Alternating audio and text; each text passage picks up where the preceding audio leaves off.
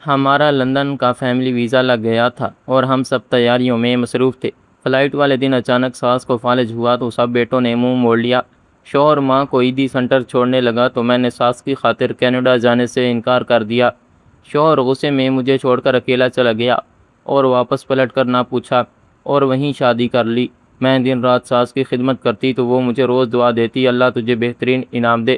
ایک دن میں نہا کر نکلی تو ساس کی آنکھ سے ایک آنسو کا قطرہ گرا اور اس نے پیچھے اشارہ کیا۔ جوں ہی میں نے پلٹ کر دیکھا تو میرے ہوش اڑ گئے۔ میری شادی کو 7 سال ہو چکے تھے۔ میری ساس مجھے اپنی بیٹیوں سے بڑھ کر چاہتی تھی۔ ان کے 3 بیٹے تھے، لیکن نہ جانے کیوں وہ مجھ پر سب سے زیادہ اعتماد کرتی تھی۔ میرے شوہر عامر کا کئی سال سے خواب تھا کہ ہم بیرون ملک جا کر بس جائیں۔ اس خواب کے لیے اس نے دن رات محنت کی تھی۔ جب ہمارا لندن کے فیملی ویزے کی منظوری آئی تو گھر میں خوشی کا سماں تھا۔ عامر بار بار کاغذات نکال کر دیکھتا اور مسکراتا رہتا۔ بچے بھی خوش تھے کہ وہ نئے ملک جائیں گے۔ ہم نے گھر کا کافی سامان فروخت کر دیا تھا۔ رشتہ داروں سے الوداعی ملاقاتیں بھی ہو چکی تھی۔ فلائٹ میں صرف 2 دن باقی تھے کہ ساس نے مجھے پاس بلا کر کہا، بیٹی تم لوگ چلے جاؤ تو گھر بہت ویران ہو جائے گا۔ میں نے ان کا ہاتھ پکڑ کر کہا، امی دعا کریں، جلد آپ کو بھی اپنے پاس بلا لیں گے۔ وہ مسکرا تو دیں لیکن ان کی آنکھوں میں نمی تھی۔ فلائٹ والے دن صبح کچھ معمول کے مطابق تھا۔ ہم ایئرپورٹ روانہ ہونے کی تیاری کر رہے تھے۔ اچانک ساس کے ہاتھ سے چائے کا کپ گر گیا۔ وہ کرسی سے نیچے لڑکھڑا کر گریں اور ان کا آدھا جسم بے جان ہو گیا۔ گھر میں چیخ و پکار مچ گئی۔ ہم فوراً ہسپتال پہنچے۔ ڈاکٹروں نے بتایا کہ انہیں شدید فالج ہوا ہے۔ ان کی حالت نازک ہے اور انہیں مسلسل دیکھ بھال کی ضرورت ہوگی۔ یہ خبر سنتے ہی سب کے چہرے اتر گئے۔ عامر کے دونوں بھائی بھی اسپتال پہنچ گئے، مگر چند گھنٹوں بعد ہی ان کے رویے بدلنے لگے۔ بڑا بھائی کہنے لگا کہ اس کے پاس وقت نہیں۔ چھوٹا بھائی بولا کہ اس کی مالی حالت خراب ہے۔ دونوں اپنی ماں کی ذمہ داری لینے سے بچنے لگے۔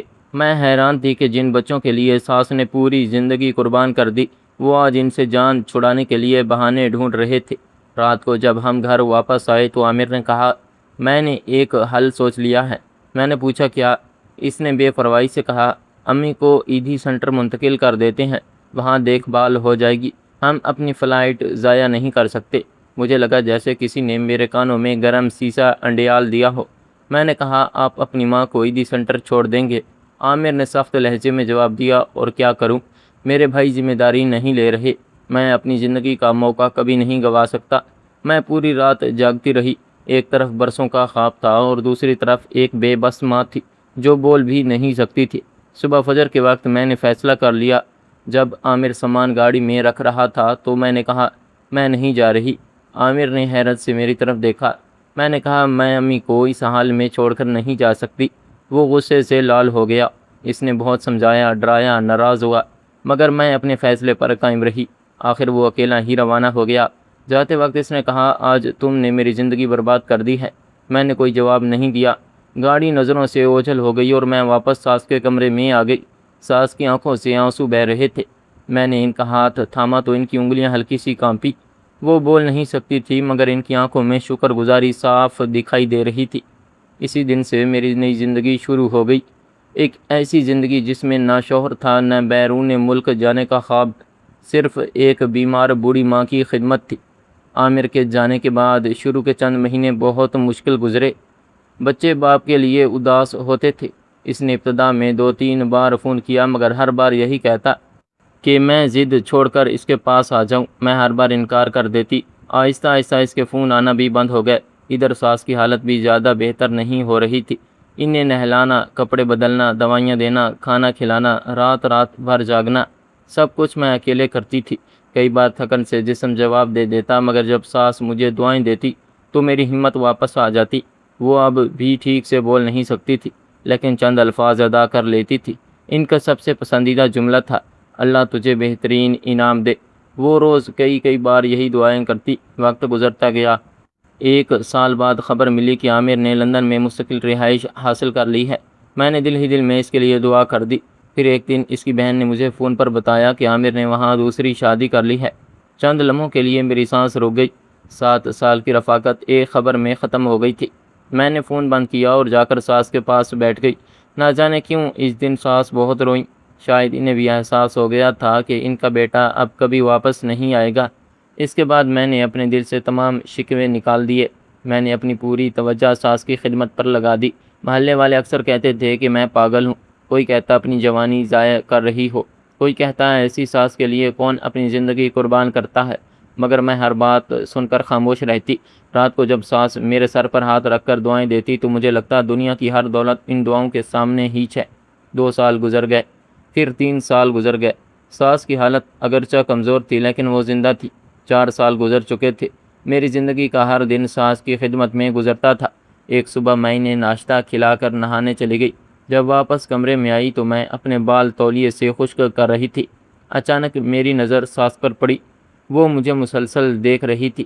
ان کی ایک آنکھ کے کونے سے آنسوؤں کا قطرہ نکلا اور آہستہ آہستہ گال پر بہنے لگا۔ میں فوراً ان کے قریب گئی۔ مجھے لگا شاید انہیں تکلیف ہو رہی ہے۔ میں نے جھک کر پوچھا، امی کیا ہوا؟ انہوں نے بڑی مشکل سے اپنا ہاتھ اٹھایا اور میرے پیچھے کی طرف اشارہ کیا۔ میں حیران ہو گئی۔ ان کا ہاتھ مسلسل کانپ رہا تھا اور وہ بار بار پیچھے دیکھنے کا اشارہ کر رہی تھی۔ میں نے فوراً مڑ کر دیکھا تو دروازے پر عامر کھڑا تھا۔ میں چند لمحوں تک اسے پہچان ہی نہ سکی۔ 4 سال پہلے جو شخص غصے اور انا کے ساتھ اس گھر سے گیا تھا، آج اس کے چہرے پر شکست، پچھتاوا اور تھکن لکھی ہوئی تھی۔ اس کے بالوں میں سفیدی جھلک رہی تھی اور آنکھوں کے نیچے گہرے سیاہ حلقے تھے۔ ساس کی آنکھوں سے آنسو مسلسل بہہ رہے تھے۔ وہ کانپتے ہاتھ سے اپنے بیٹے کی طرف اشارہ کر رہی تھی۔ عامر آہستہ آہستہ آگے بڑھا اور اپنی ماں کے بستر کے قریب گھٹنوں کے بل بیٹھ گیا۔ اس نے جھک کر ان کا ہاتھ چوم لیا اور پھوٹ پھوٹ کر رونے لگا۔ میں نے اپنی زندگی میں پہلی بار اسے اس طرح روتے دیکھا تھا۔ ساس بھی رو رہی تھی۔ کمرے میں صرف سسکیوں کی آواز تھی۔ چند لمحوں بعد عامر نے سر اٹھا کر میری طرف دیکھا۔ اس کی آنکھوں میں شرمندگی تھی۔ وہ کچھ کہنا چاہتا تھا مگر شاید الفاظ نہیں مل رہے تھے۔ میں خاموش کھڑی رہی۔ آخر اس نے دھیرے سے کہا، مجھے معاف کر دو۔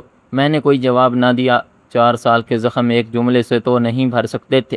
اسی وقت باہر صحن سے بچوں کی آوازیں آئیں۔ ہمارے دونوں بچے اسکول سے واپس آئے تھے۔ وہ اندر داخل ہوئے تو دروازے پر اپنے باپ کو دیکھ کر رک گئے۔ جب عامر گیا تھا تب وہ کافی چھوٹے تھے، اب وہ بڑے ہو چکے تھے۔ بیٹے نے حیرانی سے پوچھا، آپ ابو ہیں؟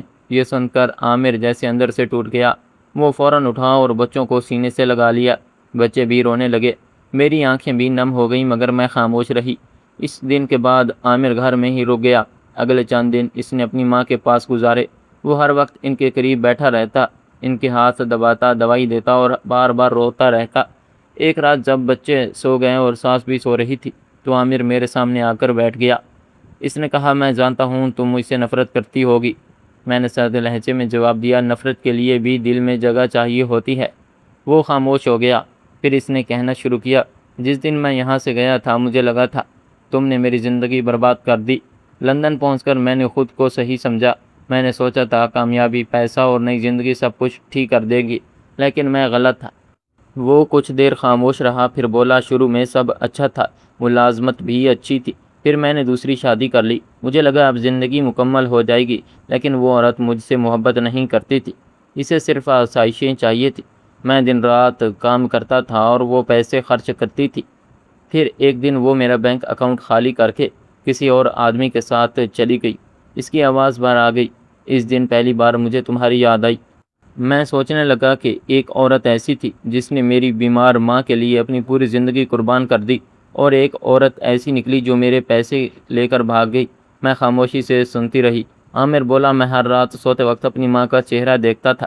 مجھے یاد آتا تھا کہ میں انہیں عیدی سینٹر چھوڑنے جا رہا تھا اور تم ان کے لیے سب کچھ چھوڑنے کو تیار تھی۔ تب مجھے احساس ہوا کہ اصل انسان کون تھا اور خود غرض کون تھا۔ میری آنکھوں میں آنسو آ گئے مگر میں نے انہیں چھپا لیا۔ اس رات کے بعد عامر نے لندن واپس جانے کا ارادہ ترک کر دیا۔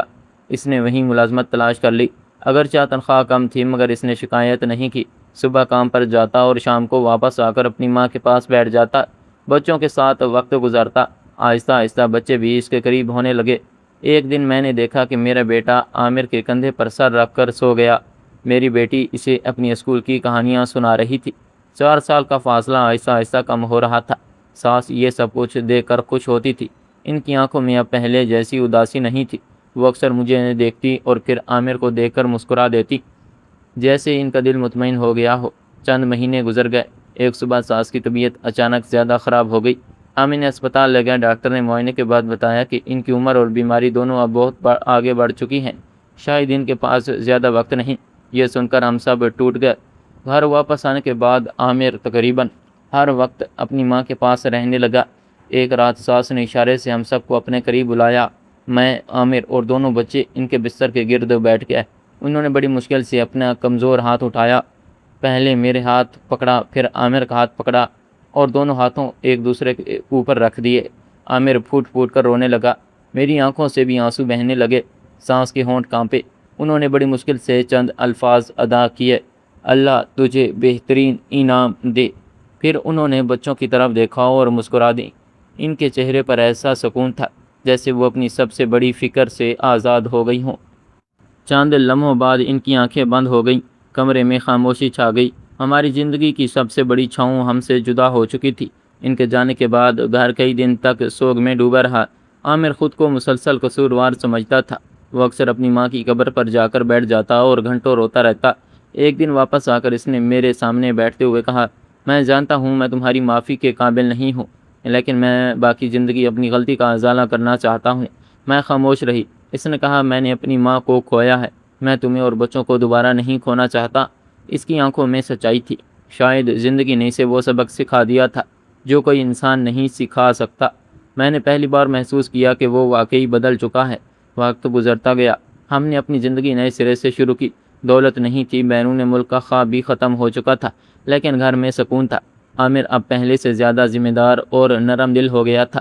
ایک دن اس نے مجھ سے کہا، اگر تم اس دن امی کو چھوڑ کر میرے ساتھ چلی جاتی تو شاید میں کبھی انسان نہ بن پاتا۔